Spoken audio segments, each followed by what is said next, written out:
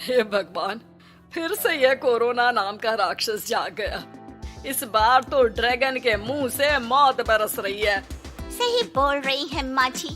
मुझे तो अब शर्म ही आती है कि मैं चाइना से हूँ। न जाने क्या क्या खाती हैं, कैसी कैसी बीमारी फैलाती हैं।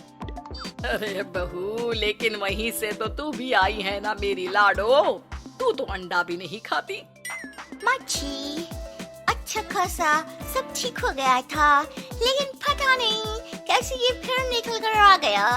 काश चाइना वालों को थोड़ी सी और अकल होती तो आज हम लोगों से अपने यूं जुदा ना हो रहे होते। कोरोना की नई लहर से देश में हो रही मौतों और घर में बंद रहने के कारण हमारी चाइनीज बहू बहुत दुखी होती है। उसे लगता है कि भारत में जो कुछ भी हो रहा है वो उसी के कारण हो रहा है। अब हमारी चाइनीज बहू परेशान सी रहने लगी। अरे क्या बात है मेरी चाइनीज गुड़िया, आज तू एक्सरसाइज नहीं करेगी? अरे ना तो तूने जूस पिया है। क्या हो गया लाडो? कुछ नहीं मम्मी जी, बस अच्छा नहीं लग रहा। लोग मर रहे हैं और मैं जूस पीऊं। माँ जी, चाइना से आई ये महामारी और मैं भी तो चाइना से ही आई ना। अरे अरे बेटा, ऐसा ना सोच। सास पूरी कोशिश करती कि वो चाइनीज बहू को समझाए कि इस बीमारी के लिए वो खुद को दोषी ना समझे, लेकिन माँ जी, मैं आज खाना नहीं खाऊंगी। अब सबका खाना बना दिया है। मैं कमरे में जा रही हूँ, प्लीज डिस्टर्ब मत करना। सास ने अपनी हंसती खेलती बहू का ये रूप तो कभी देखा नहीं था, लेकिन करती भी तो क्या। अगले दिन सुबह सुबह अरे ये पूरे घर से स्वादिष्ट खाने की महक आ रही है। ये कौन है जो चाय बनने के वक्त लंच बनाकर तैयार कर रहा है? वो किचन में आती है जहाँ चाइनीज बहू ने शुद्ध वैष्णव खाना तैयार कर रखा था। अरे बहू, सोई नहीं क्या जो इस वक्त इतने प्रकार का खाना बना लिया? हाँ हाँ माँ जी, क्या करे, जब दिल में बोझ हो तो नींद नहीं आती। तभी तो मैंने सोचा मैं गरीब और जरूरतमंद लोगों को खाना पहुँचा दूंगी। वो ढेर सारा खाना रोज बनाती और गरीब और बेसहारा लोगों में बांटती। क्या कर रही है बहू? कितने दिनों से देख रही हूँ तू अच्छे से सोती भी नहीं है। क्यों कर रही है लाडो? क्या करूँ माँ जी, मेरे देश के लोग जीवन की लड़ाई लड़ रहे हैं और मैं सो जाऊं, मुझसे नहीं होता। एक दिन चाइनीज बहू पीपीटी किट पहनकर खड़ी होती है।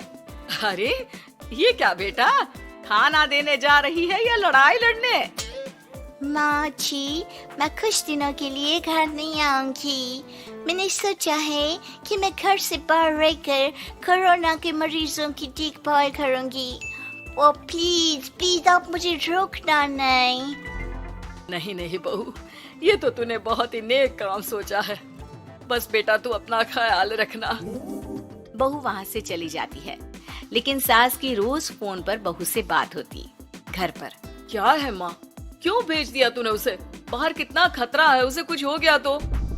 अरे बिल्कुल चिंता न कर, उसने सारे नियम कायदे को फॉलो किया है। अरे वो बिल्कुल ठीक रहेगी। और अगर मैं उसे मना कर देती ना तो उसकी अंतरात्मा उसे सोने नहीं देती। तू तो सारा दिन घर से ऑफिस का काम करता, लेकिन मैंने देखा है उसे कितना परेशान रहती थी कुछ दिनों से। हाँ वो भी है। उधर चाइनीज बहू लोगों का खूब ख्याल रखती, उन लोगों तक खाना पहुंचाती, उनके बच्चों की देखभाल करती। एक दिन बहू अपनी सोशल साइट देख रही थी तो उसे दिखता है कि एक आदमी ने बच्चों की देखभाल के लिए पोस्ट डाली है। बहू उसे फोन करती है। मैं आपकी कोई मदद कर सकती हूँ, प्लीज बताओ। दूसरी तरफ से आवाज आती है। मैं और मेरी बीवी दोनों ही कोरोना से पीड़ित हैं।